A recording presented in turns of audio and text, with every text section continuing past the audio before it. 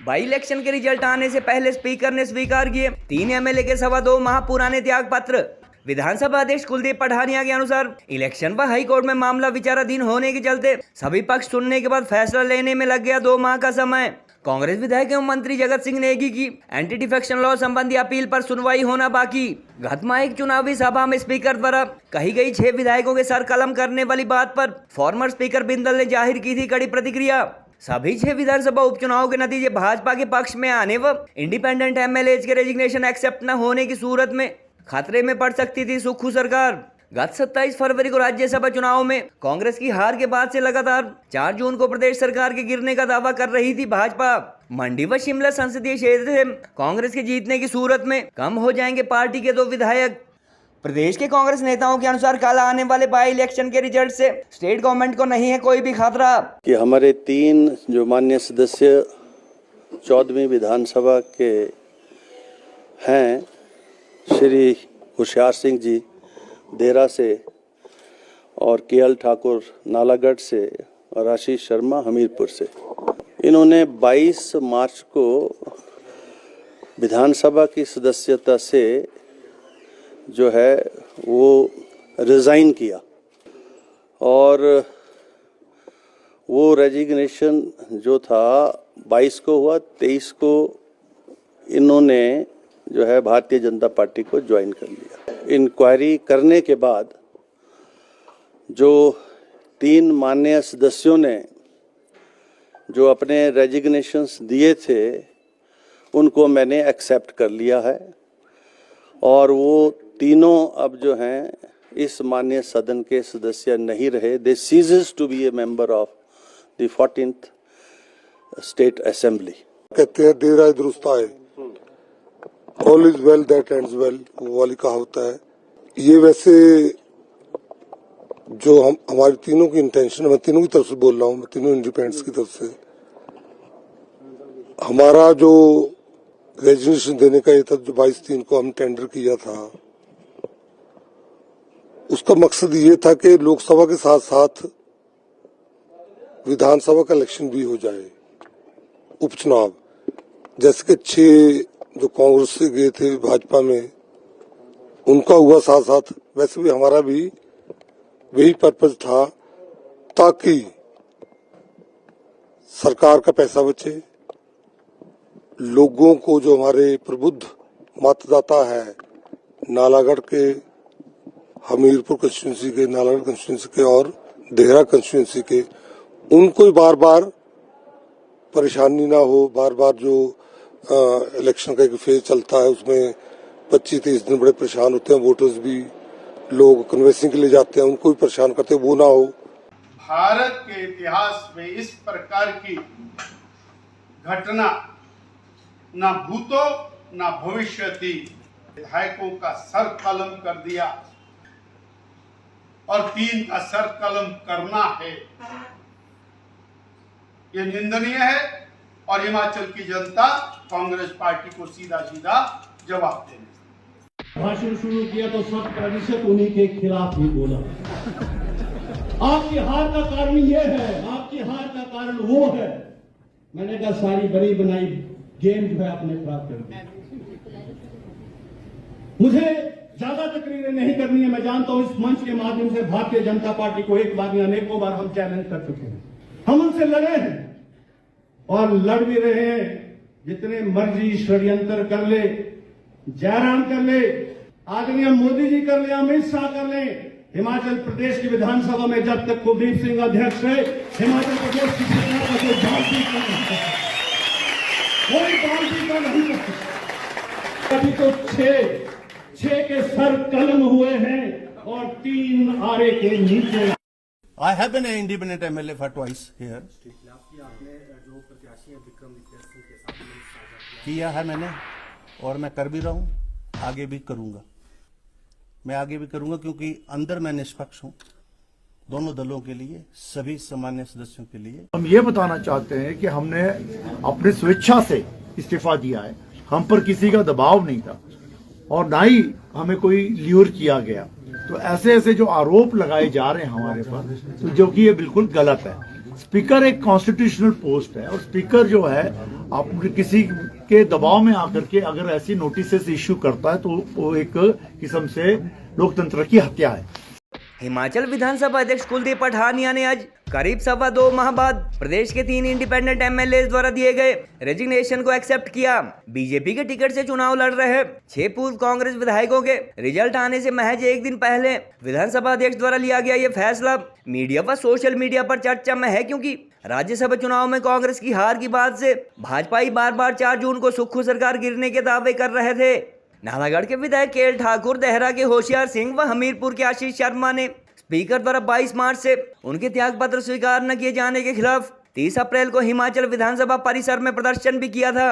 उस दौरान विधानसभा अध्यक्ष 22 मार्च को रिजाइन देने वाले तीनों विधायकों का 23 मार्च को भाजपा में शामिल होने को लेकर उन पर किसी तरह का दबाव होने का तर्क भी दे रहे थे। विधानसभा अध्यक्ष द्वारा गत माह एक चुनावी सभा में 6 विधायकों के सर कलम किए जाने व 3 आरे के नीचे होने संबंधी कमेंट भी किया गया था, जिस पर फॉर्मर स्पीकर एवं BJP state president doctor Rajeev Bindal ने कड़ी प्रतिक्रिया जताई थी और कुलदीप पठानिया के रवैये को पक्षपातपूर्ण बताया था। गौरतलब है कि गत 27 फरवरी को 6 कांग्रेस विधायकों की क्रॉस वोटिंग व 3 निर्दलीयों के भी भाजपा के पक्ष में आने के चलते प्रदेश में सत्तासीन कांग्रेस पार्टी राज्यसभा चुनाव हार गई थी। इसके बाद भाजपा विधायकों को सेशन से निलंबित कर बजट पास करवाए जाने को नेता प्रतिपक्ष जयराम ठाकुर ने स्पीकर का लोकतांत्रिक फैसला बताया था और कल 4 जून को सरकार गिरने की भविष्यवाणी की थी। मीडिया व सोशल मीडिया पर चर्चा इस बात की है कि क्रॉस वोटिंग करने वाले 6 कांग्रेस विधायकों की सदस्यता रद्द करने में जहां स्पीकर ने 2 दिन भी नहीं लगाए, वहीं निर्दलीय विधायकों के त्याग पत्र मंजूर करने में 2 माह से ज्यादा समय लग गया और ऐसा उपचुनाव के नतीजे आने से महज एक दिन पहले हुआ। सियासी जानकारों के अनुसार यदि 3 इंडिपेंडेंट एमएलए के रेजिग्नेशन एक्सेप्ट न होते तो भाजपा के टिकट से चुनाव लड़ रहे सभी 6 पूर्व कांग्रेस विधायकों के जीतने की सूरत में प्रदेश सरकार खतरे में पड़ जाती। हालांकि प्रदेश में कांग्रेस के सत्ता में होने के चलते सभी उपचुनाव में भाजपा उम्मीदवारों की जीत हो जाए, इस बात की संभावना कम नजर आती है। बहरहाल स्पीकर 3 निर्दलीय विधायकों के त्याग पत्र स्वीकार कर चुके हैं और जानकारों के अनुसार इनकी सीट पर उपचुनाव न होने तक फिलहाल प्रदेश सरकार पर मंडरा रहा बड़ा खतरा टलने की संभावना है कि हमारे 3 जो माननीय सदस्य 14वीं विधानसभा के हैं, होशियार सिंह जी देहरा से और केएल ठाकुर नालागढ़ से और आशीष शर्मा हमीरपुर से, इन्होंने 22 मार्च को विधानसभा की सदस्यता से जो है वो रिजाइन किया और वो रेजिग्नेशन जो था 22 को हुआ, 23 को इन्होंने जो है भारतीय जनता पार्टी को ज्वाइन कर लिया और इसकी इंक्वायरी थी, बीच में चुनाव था।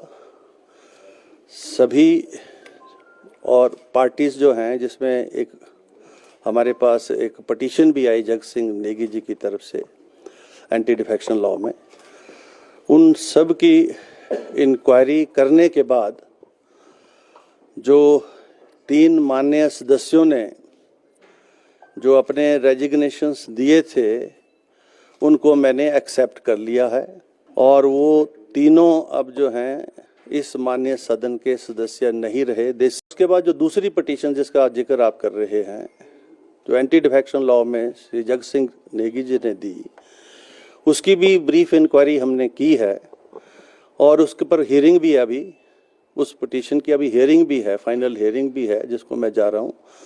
लेकिन चूंकि आज ये फाइनल ऑर्डर पर रखा था मैंने, तो इसलिए उनका जो रेजिग्नेशन है उसको तो मैंने एक्सेप्ट कर लिया। बाकी प्रोसीडिंग्स अभी दूसरी जो हैं, अब नेट रिजल्ट तो ये है कि this is to the member.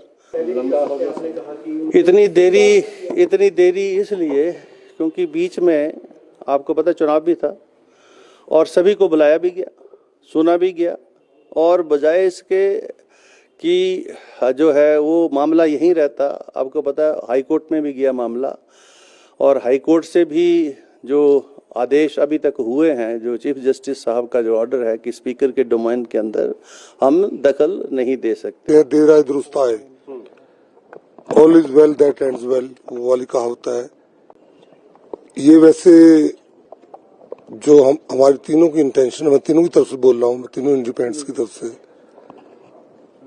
हमारा जो रेजिग्नेशन देने का ये था, जो 22/3 को हम टेंडर किया था, उसका मकसद ये था कि लोकसभा के साथ साथ विधानसभा का इलेक्शन भी हो जाए, उपचुनाव। जैसे कि 6 जो कांग्रेस से गए थे भाजपा में, उनका हुआ साथ साथ, वैसे भी हमारा भी वही पर्पज था, ताकि सरकार का पैसा बचे, लोगों को, जो हमारे प्रबुद्ध मतदाता है नालागढ़ के, हमीरपुर कंस्टिट्यूंसी के, नालागढ़ कंस्टिट्यूंसी के और देहरा कंस्टिट्यूंसी के, उनको बार बार परेशानी ना हो। बार बार जो इलेक्शन का एक फेज चलता है उसमें 25-30 दिन बड़े परेशान होते हैं, वोटर्स भी, लोग कन्वेंसिंग के लिए जाते हैं, उनको भी परेशान करते हैं, वो ना हो। सरकार का खर्चा तो मैंने बता ही दिया, सरकार का खर्चा होता है। देन जो इलेक्शन ड्यूटी में एम्प्लॉय तैनात होते हैं, उसमें से मेजोरिटी जो होती है वो हमारे शिक्षक भाई होते हैं, उससे बच्चों की पढ़ाई पे भी एडवर्स इफेक्ट पड़ता है, वो सब ना हो।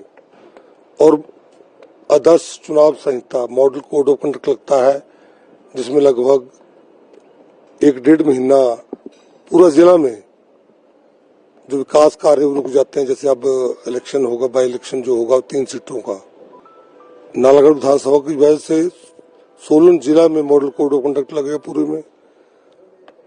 हमीरपुर कंस्टिट्यूंसी की पूरे हमीरपुर जिला में लगेगा और देहरा कंस्टिट्यूंसी की पूरा कांगड़ा जिला में लगेगा। 3 जिले में मॉडल कोड ऑफ कंडक्ट लगने से विकास कार्य भी प्रभावित होते हैं, लंबित होते हैं।